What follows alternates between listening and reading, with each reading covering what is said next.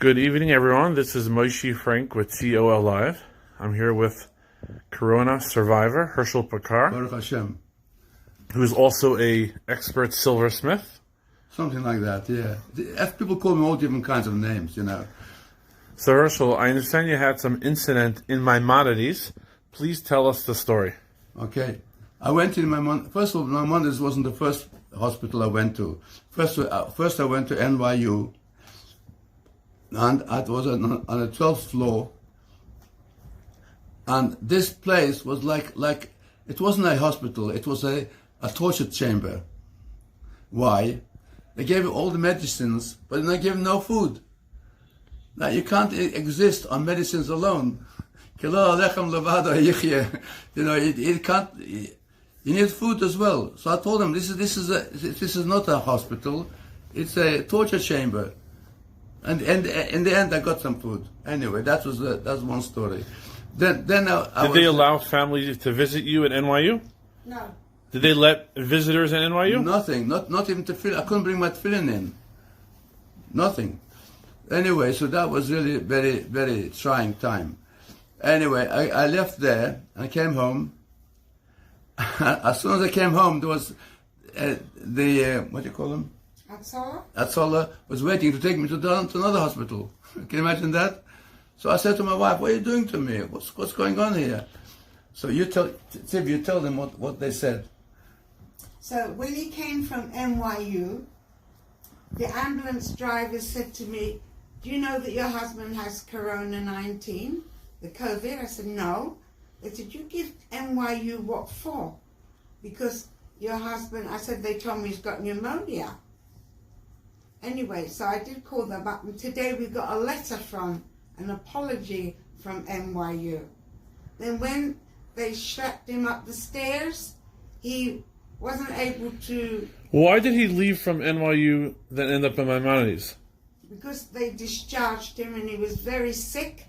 And when they put him in the armchair, I could see that he was mumbling and he was fighting to breathe. I called Dr. Sammer's office and they said to me, "Call Hatzalah." So I had Hatzalah here and NYU. At the same time. And he said to me, my husband, "What are you doing to me?" He said he didn't want to go. So the Hatzalah guys were saying, "You have to go. You have very little oxygen." And he stayed for about another 8-9 days at Maimonides. Okay, so then what happened in Maimonides? Okay. They kept on telling me, you're going today, and it never happened. So the last time, the day before I actually went home, they were told me, "You're going home today." So I undressed myself. I took all these things off, put my daytime suit and everything to go home.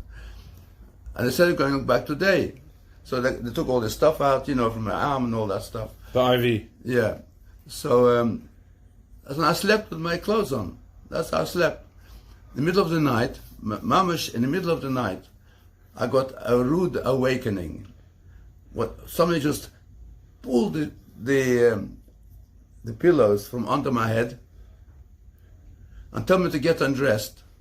Well, it's a nurse, so I got to listen what the nurse tells me. So I get undressed.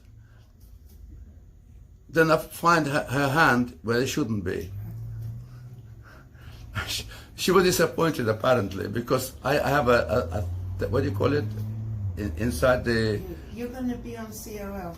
What do you have that? Okay, we'll leave that a bit out. A medical condition. Anyway, I had a non-marital condition, which is no good for anybody. Gotcha. Anyway, it's good for me, Baruch Hashem.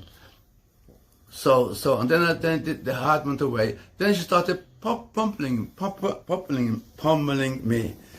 You see, this is only what's little left over after a week. It was much, much worse than this. What she hit you with? You can feel it. How it's lumpy.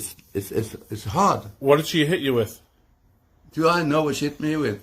I didn't say, "Excuse me, what are you hitting me with?" She was bashing me. And I said, "Stop hitting me, it hurts." Again and again. Eventually she stopped hitting me. Then she put me a cloak, one of these cloaks that they usually wear in the hospital, And then she left me. That was my experience of my monadist. My monadist was such a tzaddik. My monadist, my monadist was unbelievable. The Rebbe once said that if you learn by monadist, you'll get Yiras Shamayim. Can you imagine that? So as many books he wrote, many, and such a tzaddik, such a, and who kind of people work for him? They shouldn't have anybody working for him who doesn't know the full story of Maimonides, because they don't know who they're representing. Did the nurse tell you what she's doing? Say again? Did the nurse explain to you what she's doing in the middle of the night, or no? No, she didn't say nothing. Oh yeah, she did say something. She said to me, "I'm lazy." She said, I said, something? I didn't say to her, because you couldn't talk to her. She was bang, bang, bang. Then afterwards I said to somebody that this lady said to me, while she was hitting me, that I'm lazy.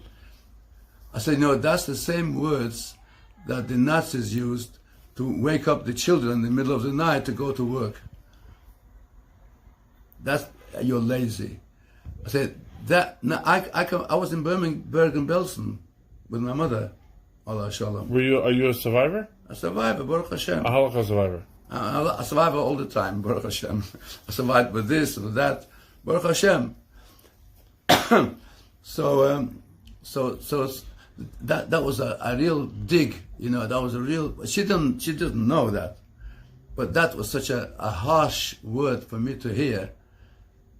You're lazy. You know what that means? Wow. The guy called me today from Maimonides, trying to explain. I said to something, I told him straight. So, people have forgotten how to say the truth. They don't know how to say the truth. All you do is lies, all the time. Lies and lies and lies. And he had to agree with me. He said, you're right. Anyway, he called me up today. So that's what I said to him.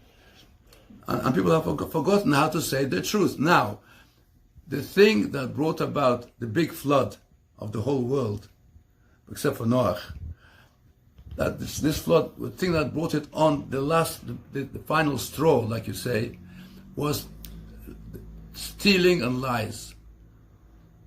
That's what brought it on, more than murder and other things.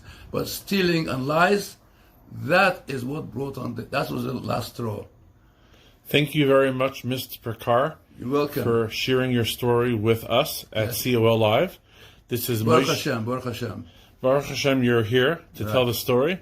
Right. This is Moshe Frank with COL Live and Herschel Pekar and Sylvia Pekar. It's Rabinowitz Pekar, according to the passport. It's Rabinowitz Pekar. Hersch Rabinowitz Pekar.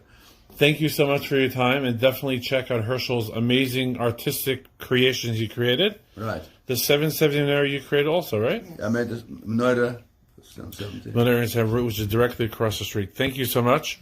The main thing is you're here, we're here, you're talking, you're healthy, so that's the main thing. Baruch Hashem, Baruch Hashem. Thank you so much, and I'm sorry about your story.